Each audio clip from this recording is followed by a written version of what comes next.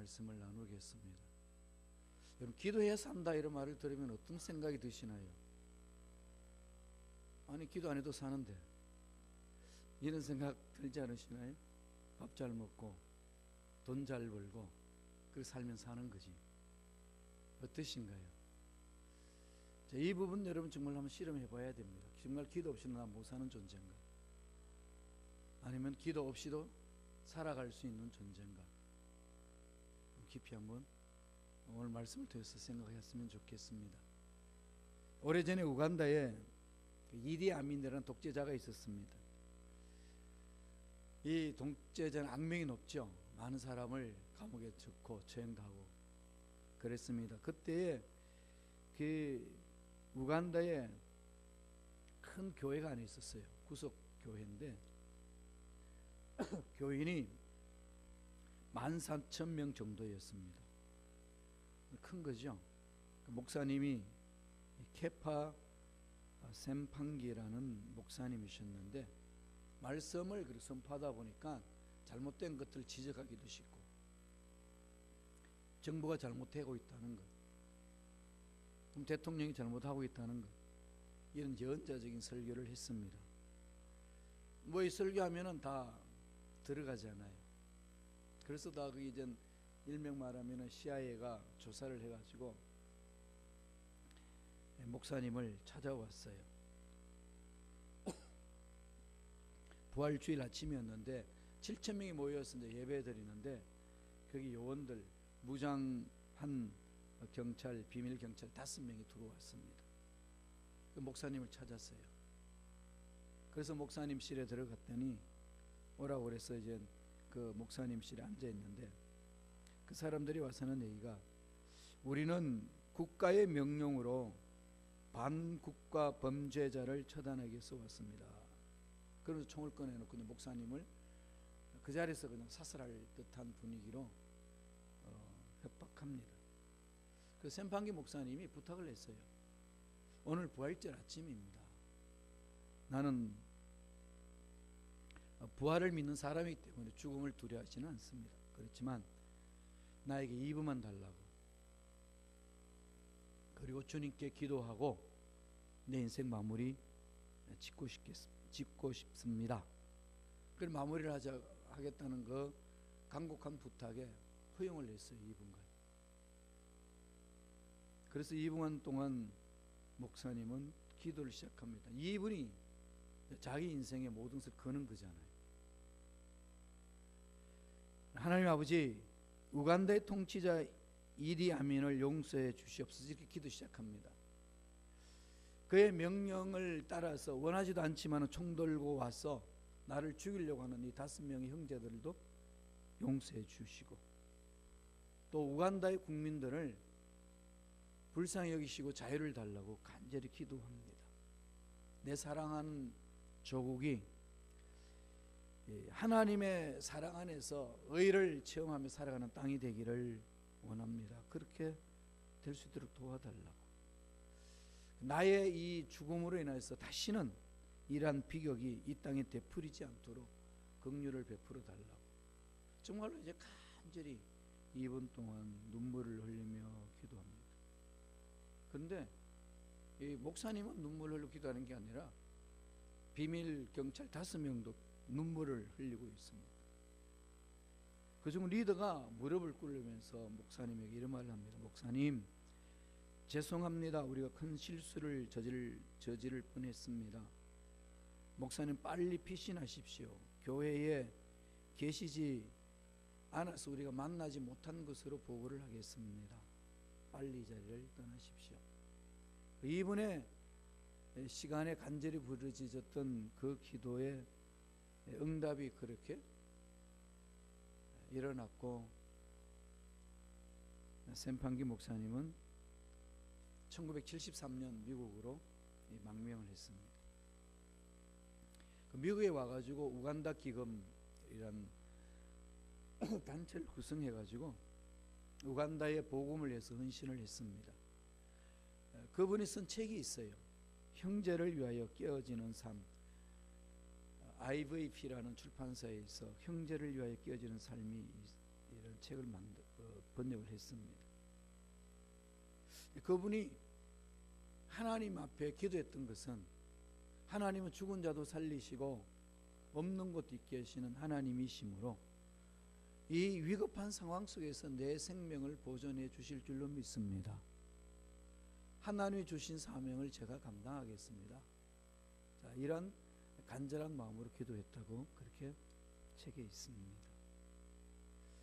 간절한 기도, 그 기도가 그분의 생명을 살려내는 거죠. 뭐 어떤 문제 앞에서 배짱 부리는 것도 아니고, 문제 앞에서 고함 지르는 것도 아니고, 문제 앞에서 떨고 어떻게 하면 살 것인가 두서모 비는 모습도 아니고, 온전히 그 영혼은 하나님께 집중합니다. 하나님께 집중하면서 하나님의 마음을 향하여 마음을 열고 부르짖었던 그 목사님의 기도는 하나님이 기억해 주신 거죠. 만져주신 겁니다. 이러한 일들이 그 목사님에게만 일어나겠습니까? 저와 여러분의 삶에도 순간순간 일어난다는 거죠. 오늘 읽었던 본문의 말씀 속에도 그런 놀라운 은혜가 임합니다. 베드로와 요한이 복음을 전하다가 잡혀갔어요. 두들겨 맞습니다. 핍박을 받습니다. 그리고 다른 흠을 찾을 수 없으니까 설득을 합니다. 예수 믿지 마라. 너희들 예수 제발 소문 내지 마라. 너희들이 나가가지고 예수 그리스도 복음을 전하지만 않는다면 너희들 풀어주겠다. 그렇게 나왔어요. 나오자마자 뭐 했습니까? 베드로와 요한이 성령의 인도함을 받고 다 같이 모여서 거기 모여있는 일꾼들에게 기도를 요청합니다. 그 당시 이제 제사장들도 예수 믿었고 장로들도 예수 믿은 사람들이 유대인들이 많았었는데 모였어요. 사도행전 4장 23절 24절에 이렇게 시작합니다. 사도들이 노임에 그 동력에 가서 제사장들과 장로들의 말을 다 알리니 그들이 듣고 한 마음으로 하나님께 소리를 높여 이르되 내 주제여 천지와 바다와 그 가운데 만물을 지으니시오. 모여있는 그 형제 자매들에게 이 말씀을 그 당시 자기를 핍박했던 종교 지도자들로부터 핍박받았던 그 상황들을 늘어놓습니다. 그게 뭐라고 그럽니까? 내 대주제여 천지와 바다와 그 가운데 만물을 지으니시오. 하나님이 주관하신다는 거죠. 죽어도 하나님의 것이고 살아도 하나님의 것이고 앞길이 열려서 형통한 복이 있어도 하나님의 것이고 모든 것이 하나님 손에 이루어진다는 확신이 있으니까 그들은 그 종교 지도자들이 그들 핍박하면서 더 이상 그리스도 복음에 대해서 말하지 말라고 하는 그 명령에 거부하면서 하나님 앞에 기도합니다. 여기서부터 사도들은 기적을 체험하기 시작하는 거죠. 사내들에서, 사내들이라는 것은 오늘날 국회를 말합니다. 유대인들이 모여있는 국회. 거기서 풀려났어요. 풀려나서 절대로 그리스도 복음을 전하지 말라고 하는 그 명령을 어기고 오히려 담대하게 복음을 전합니다. 한 마음으로 뭉쳐서 나아가는 거죠. 초대교회의 모습이 그랬습니다. 참 좋은 교회, 어떤 교회가 참 좋은 교회일까요? 초대교회가 보여주는 거죠. 아무리 어려운 일이 있고 힘든 일이 있어도 모여서 합심 기도하는 것, 마음이 나눠지지 아니하고 합심 기도하는 것, 이게 좋은 교회 아니겠어요? 분위기 좋은 교회가 좋은 교회가 아닙니다. 먹고 놀면서 분위기 좋을 수 있어요. 그런데 그런 속에 인간적인 방법이 아니라 하나님의 방법으로 가자 그러면은 그 분위기가 싸늘해질 수 있어요. 묘하죠. 흐름이 다를 수 있습니다. 그래서 성경에서 가르치는 좋은 교회는 뭐냐? 한 마음이 되어서 무슨 문제든지 내려놓고 함께 기도하는 교회. 그게 참 좋은 교회라는 거죠. 그 교회를 하나님은 지켜보시고 그 교회를 들어쓰십니다. 여러분 아무리 시카고 땅이 힘들고 이 세상이 아무리 힘들고 어려워도 내 앞길이 아무리 힘들고 어려워도 우리는 누구를 믿습니까? 대주제이신 하나님. 전능하신 하나님이 다 가지고 계신다는 것을 정말로 믿는다면 어떻게 우리가 신앙생활을 해야 할까요? 오늘 이 사도들이 보여주는 내용을 통해서는 볼 수가 있습니다. 우리가 이 세상에 살면서 이런 문제 저런 문제 많이 만나요. 그럴 때마다 어떻게 기도해야 될까요? 기도를 하는데 기도 안 나올 때 있잖아요. 기도도 안 되죠. 뭐 해도 안 되는 것 같고 할 필요도 없는 것 같고 지금 당장 이 문제 해결해야 되는데 어려운데 생각도 안 나고 이리 뛰고 저리 뛰고 몸부림칠 때가 얼마나 많습니까? 이럴 때 하나님이 오늘 말씀을 통해서 가르쳐 주신 것은 뜻을 물어보라는 거죠. 이 상황 속에서 정말 하나님 나에게 원하시는 게 무엇인가? 이걸 묻는 겁니다. 목회하다 보면은 목사님 나름대로 꿈을 가지고 그 목회를 해요. 그 꿈이 성도들과 다 함께 공유되기를 원하면서 이렇게 하는데 그게 전달되지 않으려고 막힌 것을 느끼고 뭔가 이렇게 뭉쳐지지 않고 뜻대로 계획대로 이루어지지 않으면은 목사님도 인간이기 때문에 지칩니다. 지치면은 그냥 여기까지인가 보다라는 생각을 참 많이 가져요. 그래서 시카고에 참 좋은 목사님들 많이 오셨는데 지금 많이 떠나셨어요. 함께 일해보자고 저와 함께 막 의기투합했던 분들도 손 놓고 떠나시더라고요. 그런 모습을 보면서 꼭 저의 모습을 보는 것 같았어요. 사람은 누구나 다 그래요. 한계가 부닥치면은 이게 자기가 할 곳이 있고 못할 곳이 있고 할 때가 있고 못할 때가 있다고 이런 생각을 갖게 마련입니다. 그때 하나님 저에게 주시는 말씀은 전능하신 하나님이 왜 너를 거기 세우셨겠냐? 무엇 때문에? 갈 곳이 없는 것도 아닌데 무엇 때문에 거기 세워놓으셨겠냐?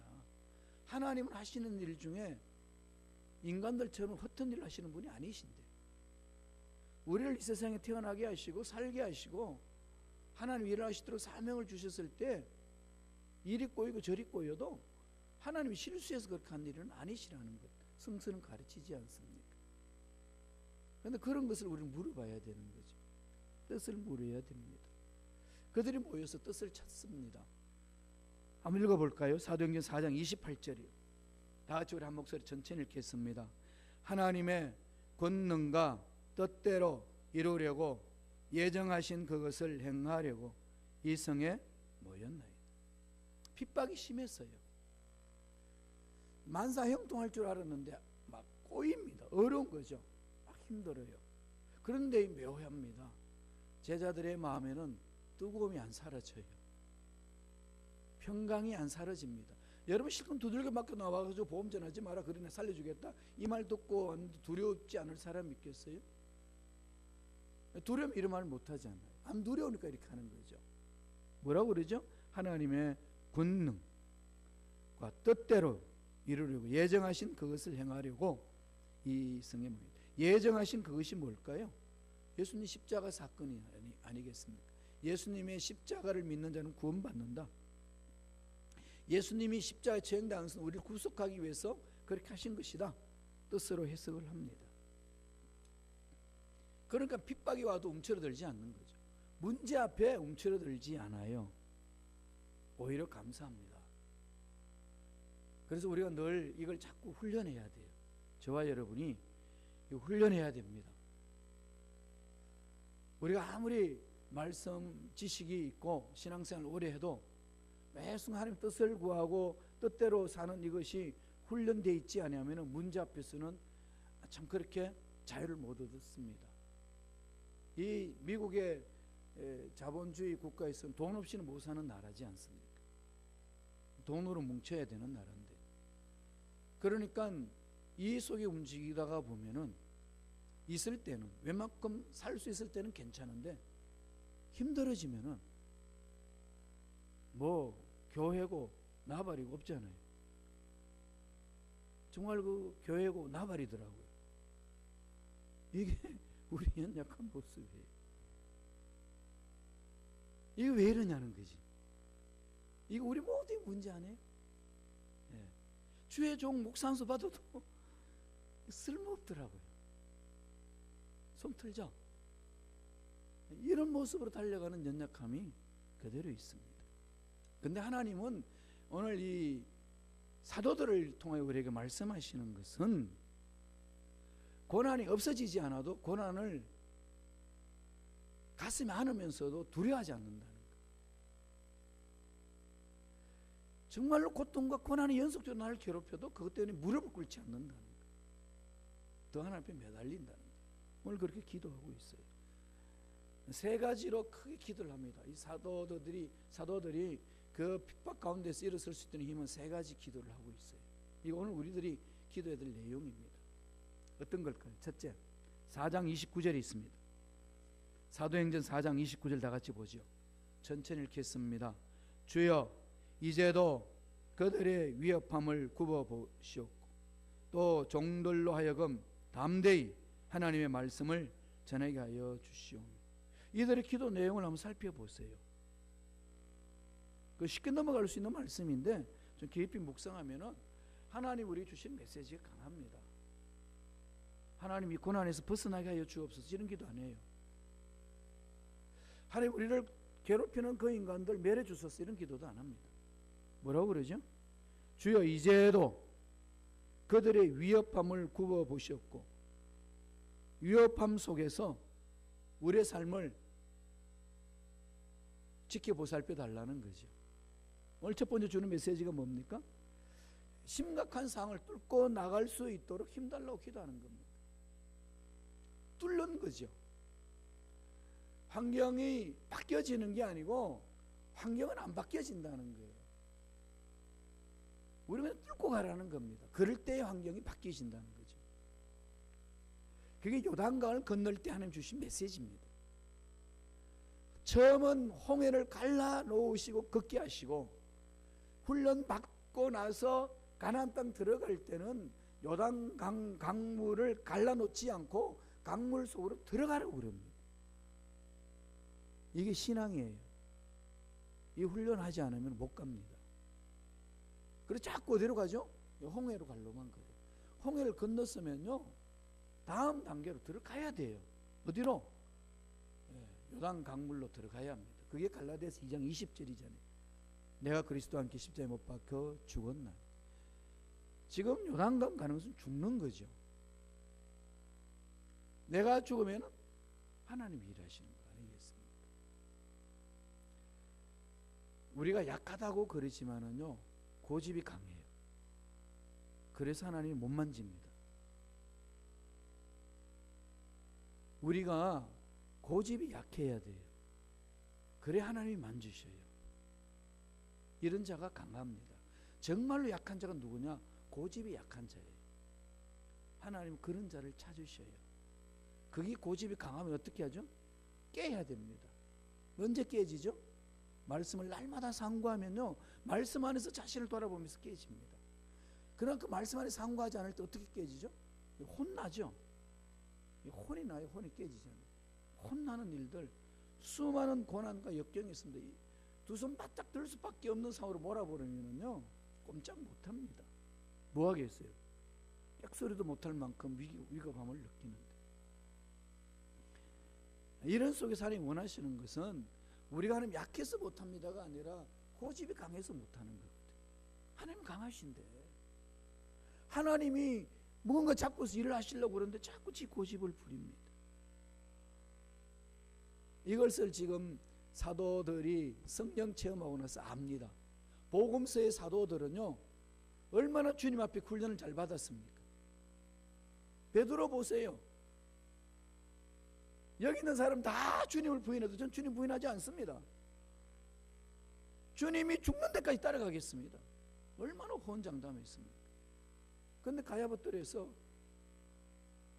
계집종이 질문하는 말에 그냥 낭패입니다. 그냥 케요페 당하잖아요. 그것만 당하나요? 자기를 가르치고 자기 길 열어준 그 스승 주님을 저주까지 합니다. 저 인간 난 모른다.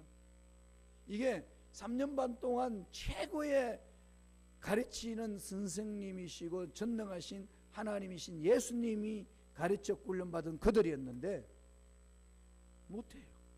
언제 이렇게 바뀌어지죠? 사도행전에 가게 되면 180도로 바뀌어 있잖아요. 왜? 성령의 사건. 성령의 기름 부심 안에서 뒤집어지고 나니까 달라지는 거죠. 성령을 체험하고 나니까 내 마음이 어디로 가죠? 하나님께 향합니다. 내 주제시요, 내 인생의 문제 하나님이 책임져 주시는 줄로 믿습니다. 이걸 자꾸 보라는 거죠. 그런데 우리는 이것저것 많이 듣기는 들었는데 그게 내 생활화가 안 돼 있으니까 혼탁해요. 세상 것도 들어와 있고 인간 방법도 들어와 있고 이 사람은 저 사람 말의 방법도 들어와 있고 하나님 말씀도 들어와 있고 분별이 안 됩니다. 혼탁스러운 거죠. 제가 시카고 7년 동안 있으면서 그 훈련을 새롭게 또 받았어요. 저도 모르게 이게 기름이 많이 끼인 거죠. 그러다 보니까 이 어려운 상황 속에 뚫고 나가는 방법을 잊어버렸어요.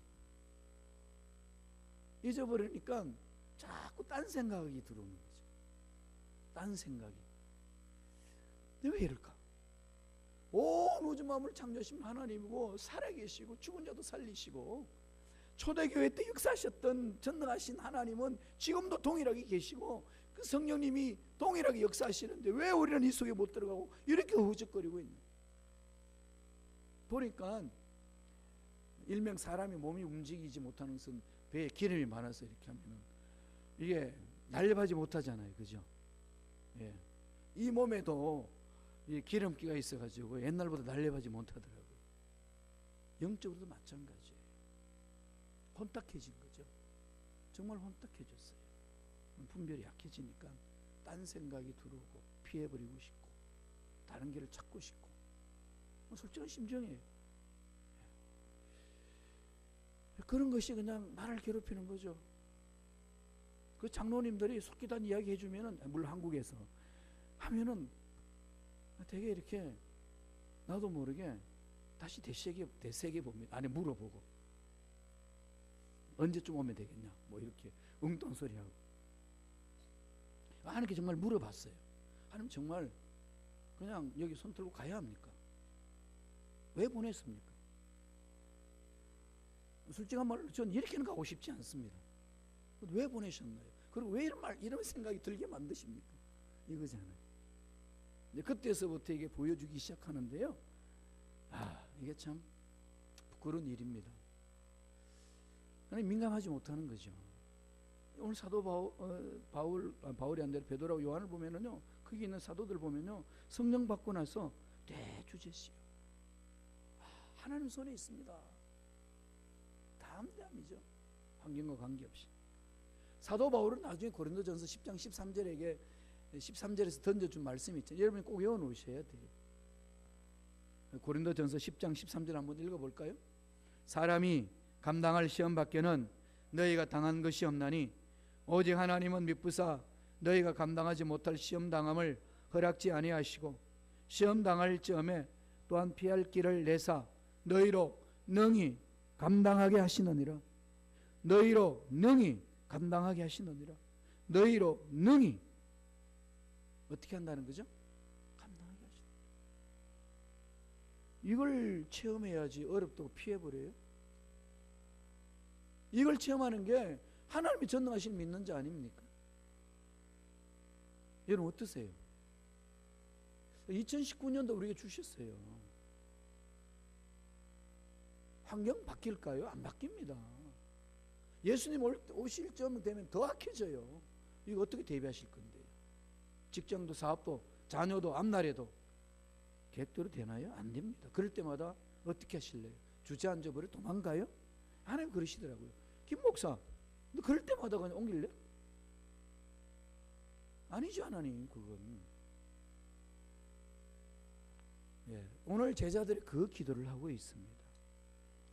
기도가 내용이 다르잖아요. 기도 내용이 달라요.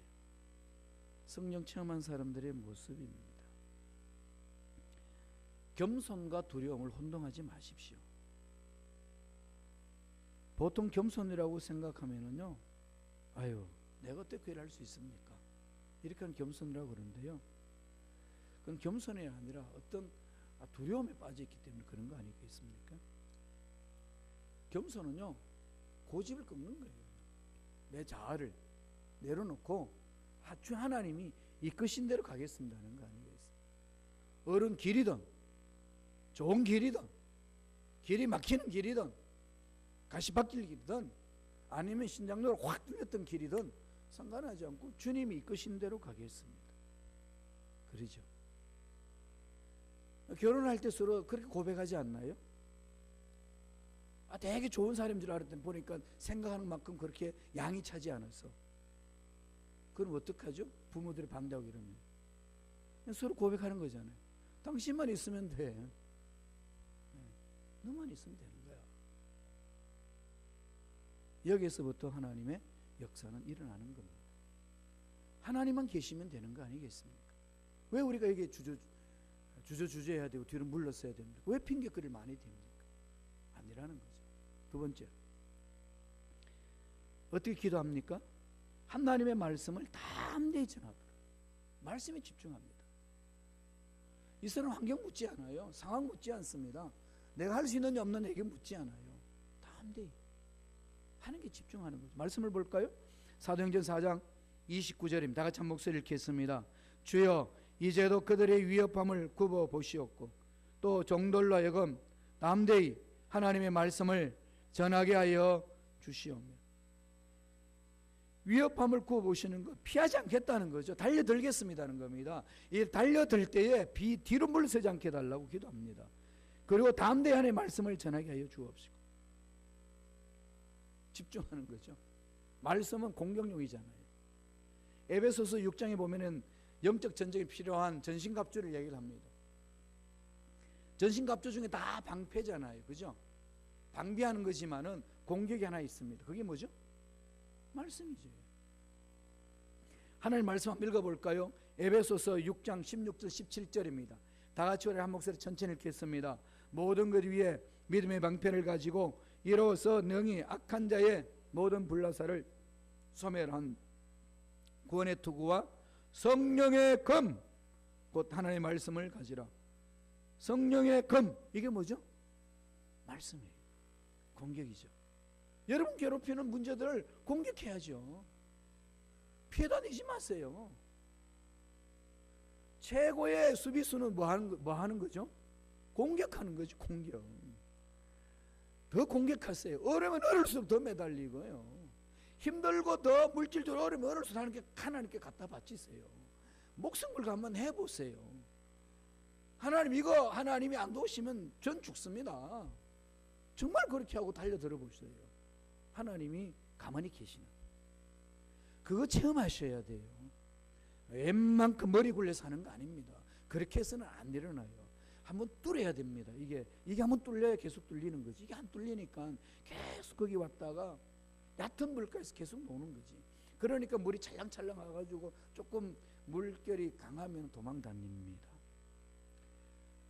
지금 제자들은 얼음이 있어요. 이 말씀을 붙들고 한번 목숨을 걸겠습니다. 이 말씀을 붙들기 환경을 뚫겠습니다. 이 말씀 앞에 서게 하여 주시고 이 말씀으로 공격하고 달려갈 수 있도록 해달라고 부르짖는 거죠. 이건 지금 저와 여러분들이 해야 될 거 아니겠습니까? 전 세계 경제가 지금 어려운 상황이잖아요. 전 세계가 여러 가지 어렵습니다. 총체적인 위기잖아요. 그죠? 예. 지금 이 트럼프 대통령 예수 믿는 척하지 그 사람 예수 믿는 사람 아니에요. 속지 마세요. 예수 믿는 사람이는 그런 말을 하면서 그렇게 못 삽니다. 예수 안 믿는 사람이에요. 많은 사람이 속더라고. 저는 그랬어요. 속지 마라. 예수 믿는 사람 아니다. 예수 믿는 사람은 하나님의 마음을 안다. 하나님 모르고 그 소리를 얼마나 합니까? 어렵죠. 어떻게 해야 됩니까? 기도해야 돼요. 이 나라를 위해서 정말 기도해야 되고요. 자녀들 위해 기도해야 됩니다. 목숨 걸고 얼마나 매달려 보셨습니까? 하나님 살아 계시는데 한두 번 하고 많은 건가요? 1, 2년 해보고 많은 건 말해야 될까요? 그런 게? 그럴 수 없습니다. 말씀을 붙들고요. 가보세요. 말씀은 살아있습니다. 활력이 있습니다. 우리 영과 혼과 육을 찔러 쪼개기까지 하면서 하나님의 뜻을 분명히 깨닫게 만들어 주십니다. 그게 목숨 걸게 하는 거지요. 어차피 죽잖아요. 그럼 어떻게 죽을 건데? 달려가야 합니다.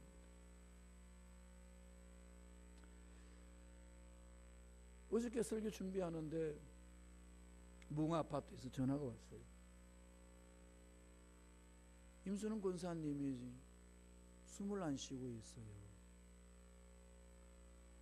임순원 권사님이 숨이 멈춘 것 같습니다.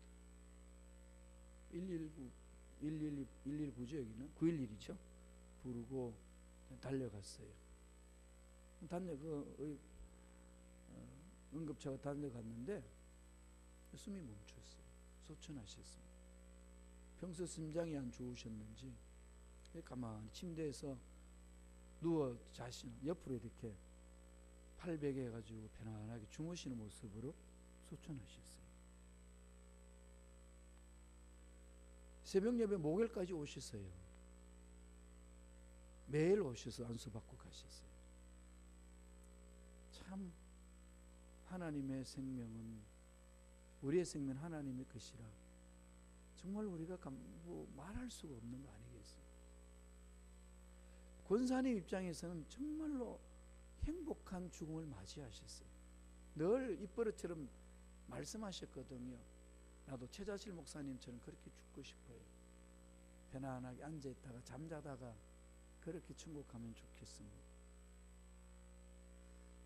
약도 안 드셨고 병원 가지도 않으셨고 그냥 그렇게 건강하게 사셨다가 그냥 이렇게 침대에서 편안하게 잠드셨어요.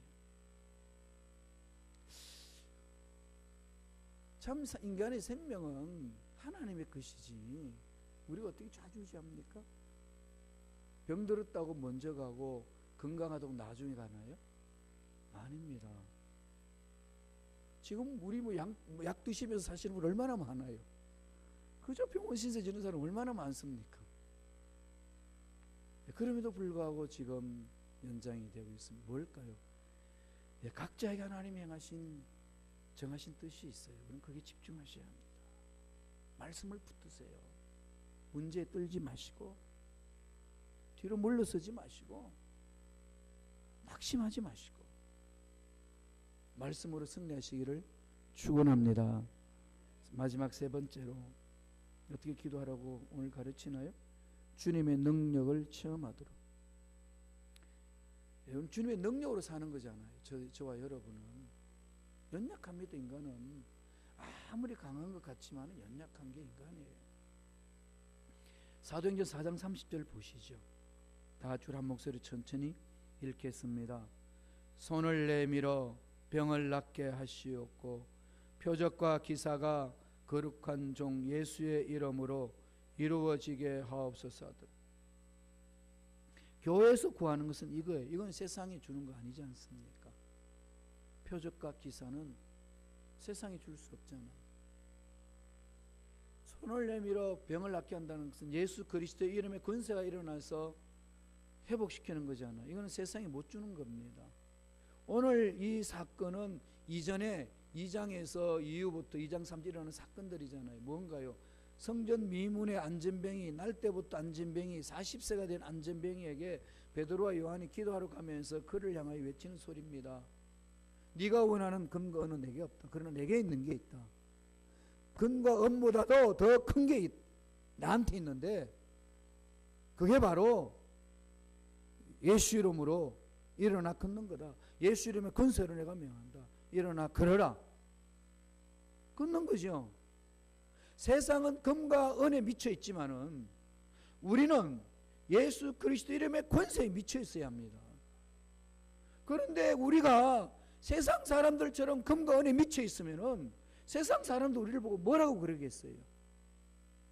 여러분 어떻게 생각하십니까? 정말 2019년 들면서 우리가 좀 다시금 좀 가다듬었으면 좋겠어요. 저도 결심을 했습니다. 이건 아니지 않나. 교회는 살아계신 하나님을 믿는 자들이 모인 곳이고 그곳에는 예수 이름의 권세가 드러나는 곳인데 왜 여기 엉매이나? 예수 이름의 권세가 없이 돈이 있으면 뭐합니까? 돈 없어도 예수 그리스도 이름의 권세가 있으면 풀리는 거 아니겠습니까? 병을 낫게 하시었고 표적과 기사가 거룩한 종 예수 이름으로 이루어지게 하옵소서. 저들의 위협한 상황을 살피시고 우리 흔들리지 않게 하시고 담대히 말씀의 능력에 목숨 걸게 하시고 마지막으로 주님의 능력을 우리가 체험하게 하여 주옵소서. 이게 하나님의 은혜를 체험한 자들의 삶 아닙니까? 베드로가 외쳤던 거 한번 다 같이 읽어보실래요? 사도행전 3장 6절 다 같이 한 목소리 읽습니다. 베드로가 이르되 은과 금은 내게 없거니와 내게 있는 이것을 내게 주노니 나사렛 예수 그리스도 이름으로 일어나 걸어라 하고, 그 기적을 맛보죠.